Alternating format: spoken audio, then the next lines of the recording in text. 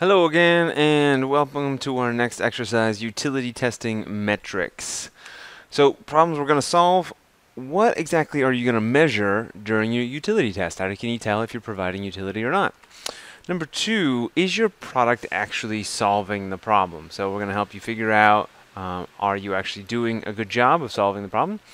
And then finally, what is the right level of quality for your product? So how do you know when you're solving the problem well enough? And what is too much quality and what is not enough quality? So this idea I'm talking about, you sort of like, hey, quality is sort of, it can be too much, or obviously it can be too little. But this idea that it can be too much is sort of, it's not something we talk about a lot. So I want to mention this, that quality is a variable, just like anything, any aspect of your business, it's a variable. So your price is a variable, who you talk about or who you market your product to is a variable. The quality you put into your product is also variable. And there is definitely like too little quality, and there's also too much quality. So what's the right level of quality for you? And that's a really important thing to figure out. And we're going to talk about how to do that in this chapter. So let's take an example of a product. This is a defibrillator, and the quality of this product is paramount, right? This product we want to work every time, all the time. This product has to be tested in numerous scenarios. If someone has a heart attack and we needed to jumpstart their heart, it needs to work on all different types of body sizes. It needs to work on all different types of races. It needs to work on people who are like wet. Maybe they just got pulled out of a pool. Or it needs to work on people who are extremely dry. Maybe I don't know, they're in a hospital environment and there's not a lot of moisture in the air. It needs to work on people who have been standing for a long time and then suddenly fall, or people who've been laying down for a long time. So we need a high level of quality. It also needs to be able to be operated by people who don't necessarily have to have a huge amount of skills. So it has to be extremely usable and sort of intuitive to use. So for a product like this, we need an extreme amount of quality. Something that's been rigorously tested, designed, and all that kind of good stuff. And it has to sort of work every time, all the time.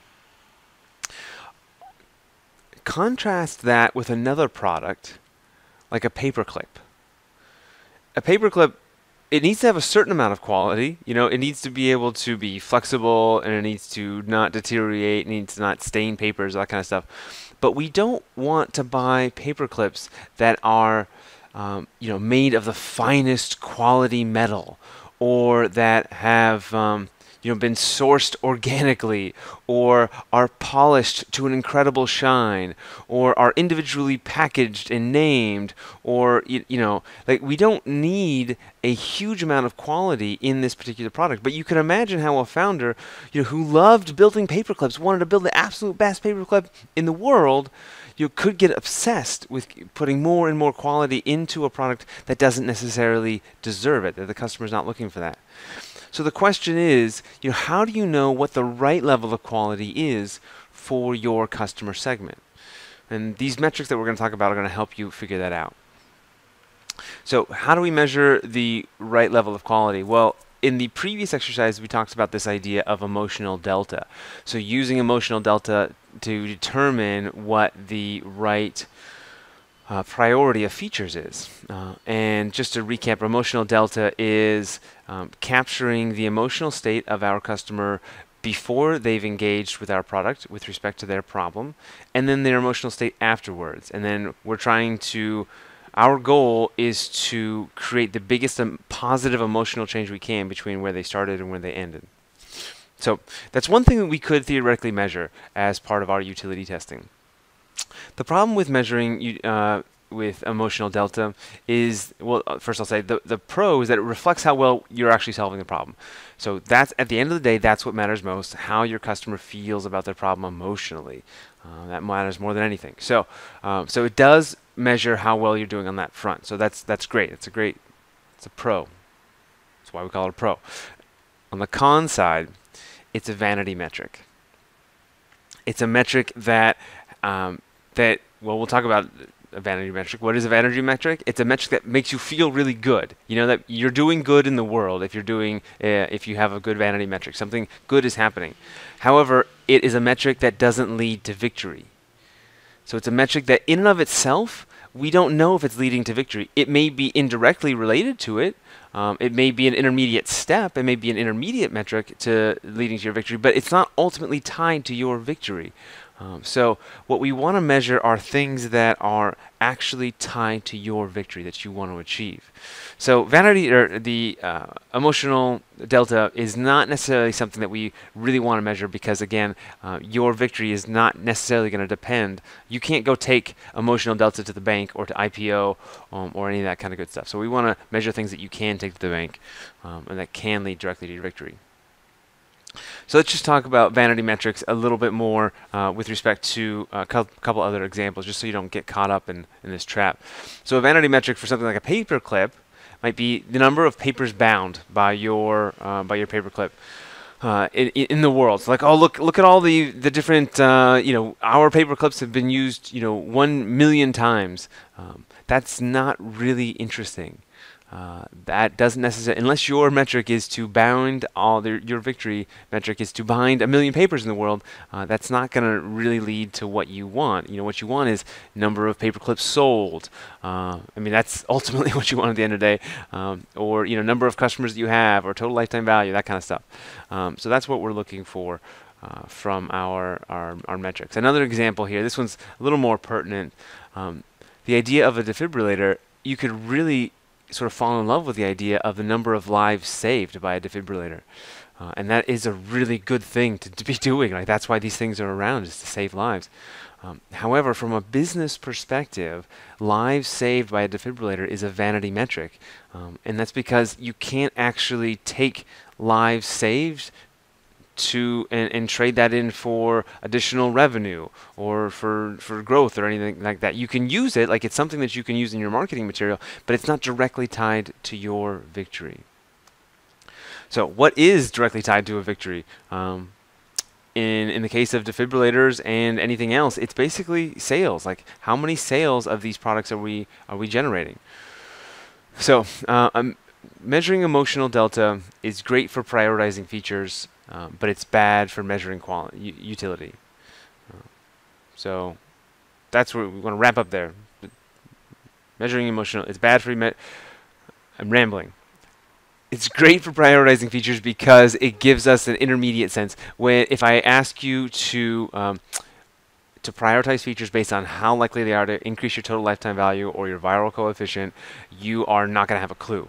But if I ask you to do it based on your emotional delta, how do you think people are going to feel, you'll be able to intuit the priority of the features set better. However, it's bad for measuring utility because it's not ultimately tied to your victory. Boom. What do we want to measure? What do we do instead? We've got two options. Based on our definition of vanity metric, if we want to avoid a vanity metric, which is something that makes you feel good but doesn't lead to victory, what we want is to measure the right level of quality is something that does tie directly to our victory. And that is the total lifetime value and your viral coefficient. So let's see, these are numbers you've seen before. So if we go back to our path to victory in our currency calculator, the total lifetime value is a number we have built in to our currency calculator. So this is along the path to victory.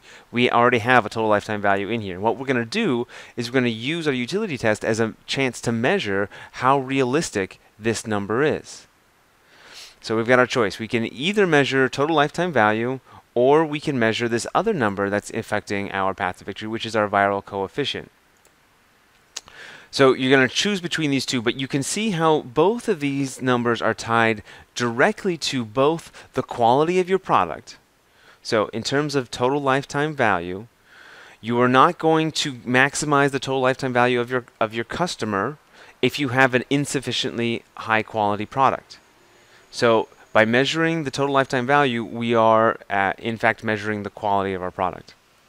At the same time, if our product is insufficiently high quality, we will not get the referrals that we need to achieve our victory. So our viral coefficient will be insufficient. So this is what we're going to do. We're going to measure our proxy based on actual metrics that affect our path to victory, and those are our total lifetime value of an individual customer or the viral coefficient of our product. And I'm going to say you're going to start with one because in every experiment we only measure one metric. You know that by now. And so you're going to start with one in particular, and then you can go and apply the other one and go think about the other one. So which ones do you start with? Well, if you've got recurring currency, so currency that you will ask for on a recurring basis. So whether this is something, it's a daily usage of a product, or whether it's a monthly subscription, these sorts of things where you're asking for your currency on a recurring basis from your customer. Again, this is your victory currency, not an intermediate currency, but the victory currency. Or you're simply going to ask for it frequently, like multiple times, like maybe there are multiple individual purchases you're going to ask for. Then you're going to measure, the first thing you want to measure is the total lifetime value. So this sort of makes sense, right? If you've got a SaaS product that has a monthly subscription, then you want to measure the total lifetime value of a customer that you win first, and you want to optimize for that total lifetime value before you optimize for the the viral coefficient. Because it doesn't make any sense to go and get additional customers if you're not making the most of the existing customers you have. So first thing you want to do is make the most of your existing customers that you have. So if you're going to ask for currency multiple times from a single customer, let's maximize that first. If, on the other hand, you have a one-time purchase, or the currency that you're asking for comes sort of on a very spread out schedule, like annually, then I'm going to recommend you measure and optimize the viral coefficient first. Now, the reason behind the first one, the one-time payment, sort of makes sense. If you already have one-time currency from your customer, it's going to be hard to tell if you're doing a good job on quality because you've already have them as a customer. It's a one-time purchase. So instead, what you want to measure is how many customers is that person bringing you. So how many, if you're doing a really good job for a one-time payment customer, then they should be referring you customers at the level that you estimated or better. So hopefully that makes sense. Now, why would we at an annual currency, so let's say we were charging someone on an annual basis for something, why is it that we would use viral coefficient to measure our quality with those set of customers as opposed to the total lifetime value? The reason is the way we measure total lifetime value is by measuring across multiple currency request periods. So if we were measuring total lifetime value on an annual basis, that means that this test would have to run for at least 2 years, right, to measure whether or not our total lifetime value, and that's way too long. So if you're only taking currency on an annual basis, then you probably want to look into measuring your viral coefficient, because that's going to give you results more quickly than trying to optimize the total lifetime value straight off. Okay. So those are the two different metrics and which one you want to use. So let's talk about how you actually go about measuring them. What is churn? This comes later, so I'll come back to that. So we're going to start with total lifetime value, the one on the left. And what you're going to do for step number one, you're simply going to put in the period. So this is the length of time between first purchase, second purchase, third purchase, etc. So how frequently are you going to be asking for currency? So the period here, I'm going to put a month. So I'm going to actually do two different products for the examples here because one of them is one-time payment and the other is a recurring payment. So you'll see those here. So in this one here, I'm going to do basically a monthly subscription service for mentoring. So it's going to be a monthly period. I'll ask for payment every month. So the amount of money per month, this you already know. You've got it written up in your path to victory here. So the price, $99. So you're going to pull that here. Number of periods. So that's also in your total lifetime value calculation. So 6. And now what we want to do is measure churn. Yeah, what is churn?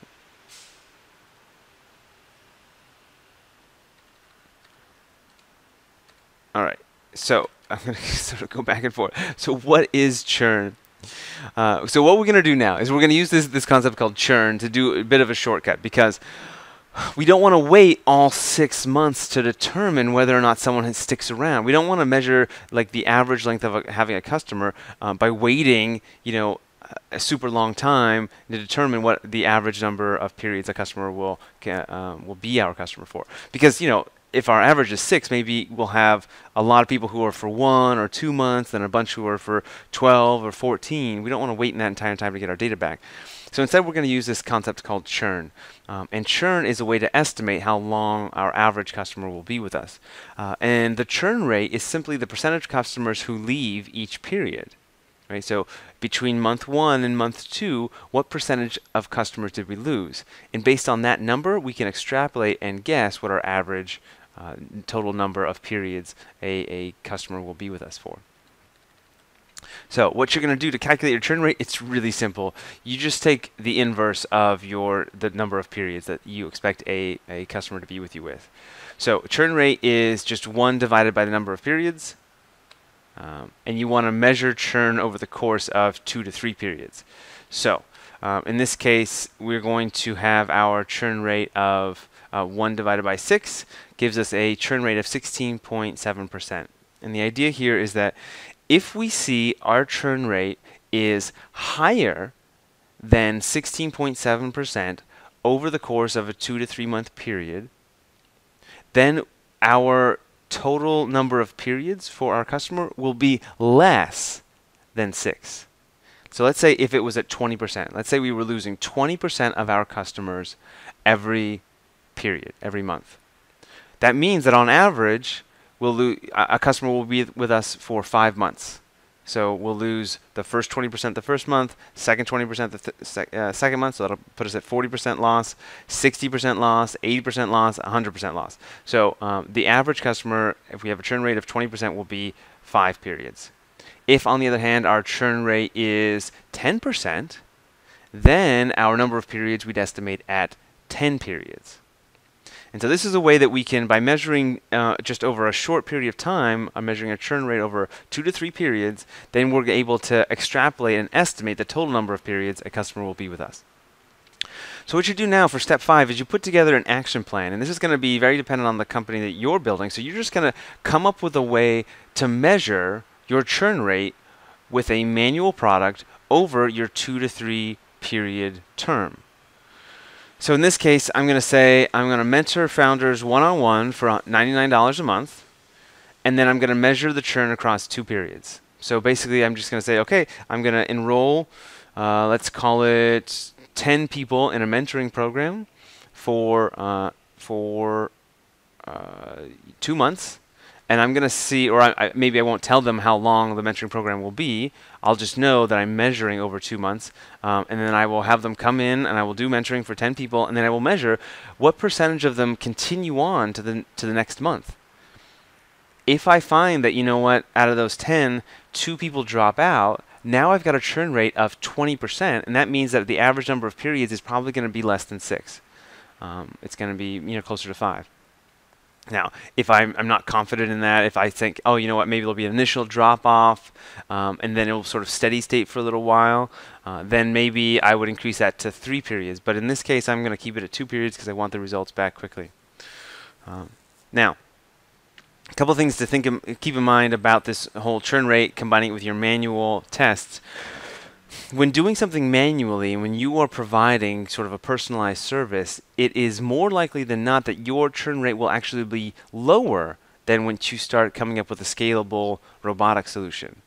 So the idea here is that if you aren't able to meet the churn rate that you've outlined in your path to victory with a personalized manual service, then you are very, very likely not going to be able to reach that same number when you start putting in scalable robotic solutions. So you must be able to achieve your churn rate and the average number of periods that you've estimated with a manual solution. Otherwise, you're in big trouble. Okay, so that is how to measure your total lifetime value. Now, there's an alternative here. If, let's say, the currency that you need is usage. Let's say you're building an ad-based platform, like a freemium game, or sorry, not a freemium game, just a normal ad-based game, or something like Facebook. You can measure stickiness instead. And stickiness is just a term that describes how often are people coming back to use your product. So on a monthly basis, how often are people coming back? And so you can measure over any period of time. Okay, over a week, we had X% of people come back. That means that a person's going to come back for a total of this many visits over this period, and sort of get yourself an estimate that way.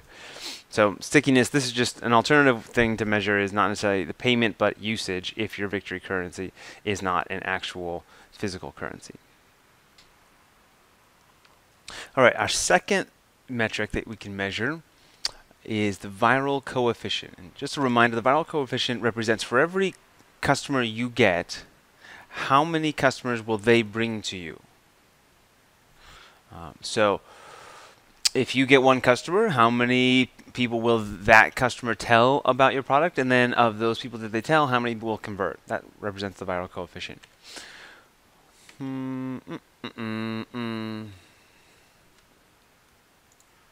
So we're going to start by pulling in the viral coefficient from your currency calculator. And just a heads up, currency calculator, or viral currency, is abbreviated as K. So if you see K factor out in the world, that's what viral coefficient is.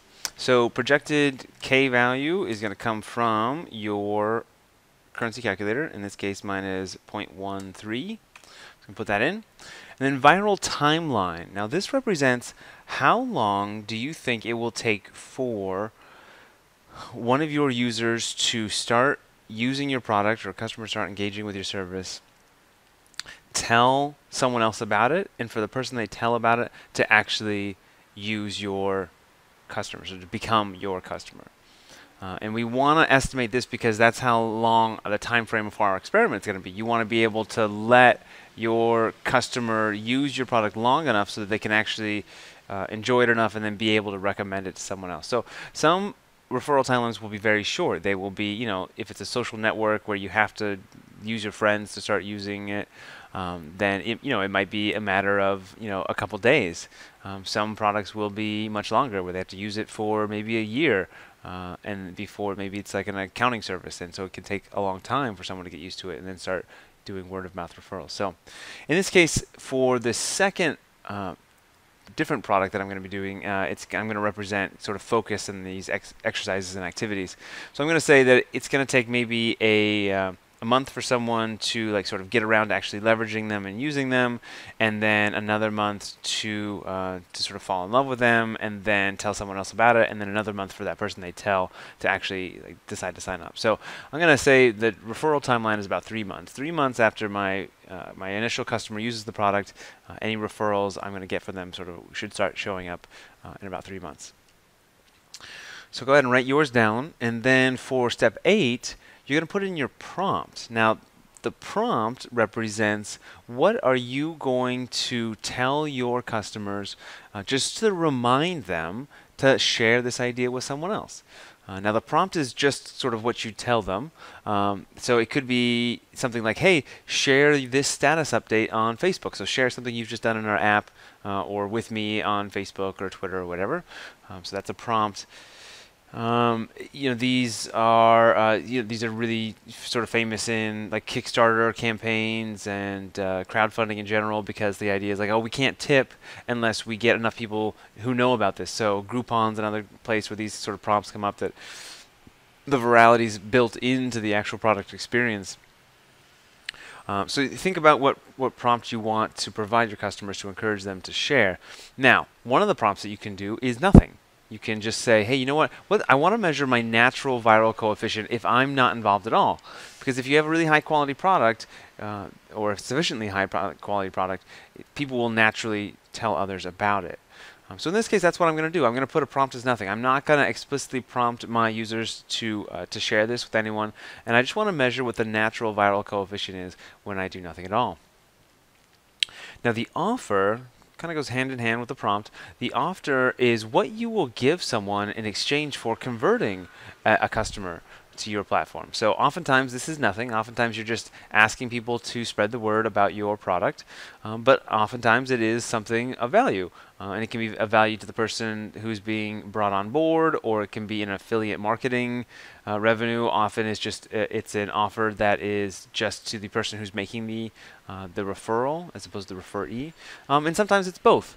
So Lyft and Uber do a really great job. They offer bonuses to both sides. For every person that you refer to their platform, they will give you and the person you refer some free usage.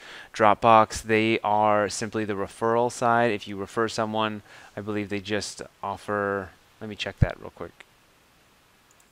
Yeah, Dropbox does. They only offer it to the referrer of the app.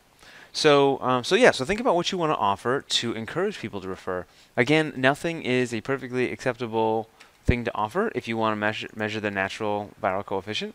And so that's what I'm going to do here. I'm going to say, you know what, I want to measure what happens naturally with these exercises and how often they get shared.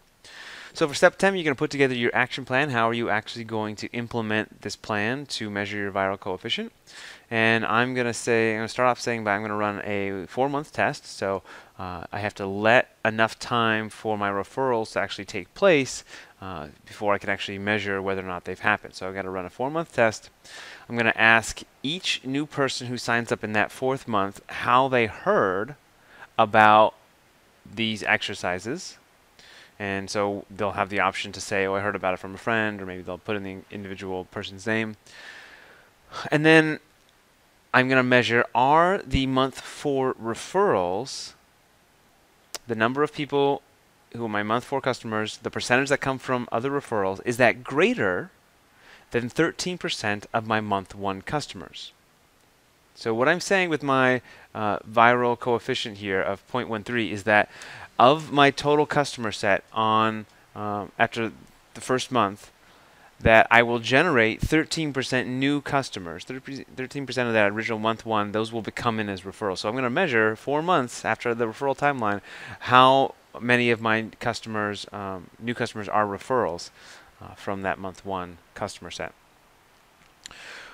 So that's how you measure that, and if it comes in higher than that, then that means, great, my viral coefficient is higher than I expected. So let's take an example. If I had 10 customers for month 1, and I end up getting, in month 4, 2 referrals from my month 1 customers, that means my viral coefficient is actually 0.2. That means that I'm exceeding expectations in terms of my viral coefficient.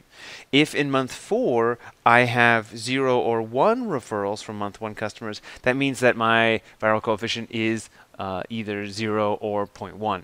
And so that means I'm not meeting my success criteria. So that's how we measure the viral coefficient. And I want to do one more example where I actually talk about what a prompt and offer could look like, just so you see what that looks like. So in this case, my projected K is the same. Now, if I wanted to be a little more aggressive on my referral timeline, let's say I wanted to sort of run this experiment a little more quickly, and I wanted to sort of run it around in 2 months, I can try offering a prompt to increase the turnaround time for my referrals. And now you can use these prompts and offers to do either thing. You can either use it to make referrals happen more rapidly, or to make them happen 3 ways: more rapidly, more frequently, or to increase the success rate. So those are three things that you can do by adding prompts and offers. So the prompt in this case could be, I'm doing, I have these exercises available to people, and I could say something like, hey, do you know other founders who are looking for help finding product market fit? I can maybe have that as a splash screen somewhere, or I could have that below each exercise, something like that. And the offer, I might offer something like, for every person you bring to Focus, I will offer you a free mentoring session, one-on-one, and I will offer them a free mentoring session. So I'm offering both the referral and the referee something valuable if they jump on board. So yeah, now yeah, that's all I'll say about that. So you can come up with your own offers. Okay, so action plan here. Now I'm going to run a 3-month test as opposed to 4-month because my referral turnaround time is less. I'm going to make the offer to existing customers after 1 month. So after 1 month being on the program, I'm going to give them this prompt. I'm going to show them the prompt, whether it's an email or whatever I want to do, splash screen, all that kind of stuff. And then I'm going to add how did you find out about Focus to my payment page. So when someone signs up for Focus, I will add, how did you find out about this? And then I will measure, are my month 3 referrals, does the pile of people who I've gotten in month 3, if they come from referral sources at a rate that's higher than 13% of my month 1 customers, that means I am succeeding. I have a higher than expected viral coefficient. Of course, if my month 3 referrals are less than 13% of my month 1 customers, then I've got some problems that I'm going to have to go optimize that number. So there you go. That's how you measure your viral coefficient. There's one more alternative I want to offer here. If for some reason that's not available, that you're not able to actually measure your referrals, there's something called a Net Promoter Score. Promoter should be spelled with an E. And what the Net Promoter Score is, you've probably been Net Promoter Scored before. You're going to offer people a choice on a scale of 0 to 10, and you're going to ask them the question, how likely, on a scale of 0 to 10, are you to recommend this product to a friend? And the idea here is that you can actually generate an actual number, a score for your own product. And the way you score it is anyone who gives you a 9 or a 10, you're going to count that as 1 point. Anyone who gives you a 7 or 8, you give them 0 points. And then everyone who gives you a 0 through 6 on that scale, you're going to take away a point, minus a point. And then your score, your Net Promoter Score, equals the total number of points you get divided by the total number of responses. So what this represents is really, it's called the Net Promoter Score, as in what percentage of your customers will actually actively promote your product. So it's great because it's nice because especially over time it can give you a sense of what changes are you making. Do they increase your Net Promoter Score or do they decrease it? But there are a couple drawbacks to using this as a to measure your utility test. First of all, it's a vanity metric. And not that it's totally useless, but it's a vanity metric in that it can make you feel really good, but it doesn't actually necessarily correlate to your total victory, your ultimate success. So just asking someone how likely they are to do something does not predict whether or not they will actually do it. So we'd much rather measure, do they actually do the thing that we are trying to measure. And then it doesn't account for the number of referrals. So it doesn't ask how many people you would refer this product to. It just asks how likely are you to refer to a product. So it doesn't really give us a sense of how likely they are to actually do this behavior. Okay, so there you go. So that's the problems that this chapter solves. Before we get in here, I do want to mention that throughout, just because it's taking a little while to measure the actual impact on our victory metrics doesn't mean that you're not taking feedback on your product.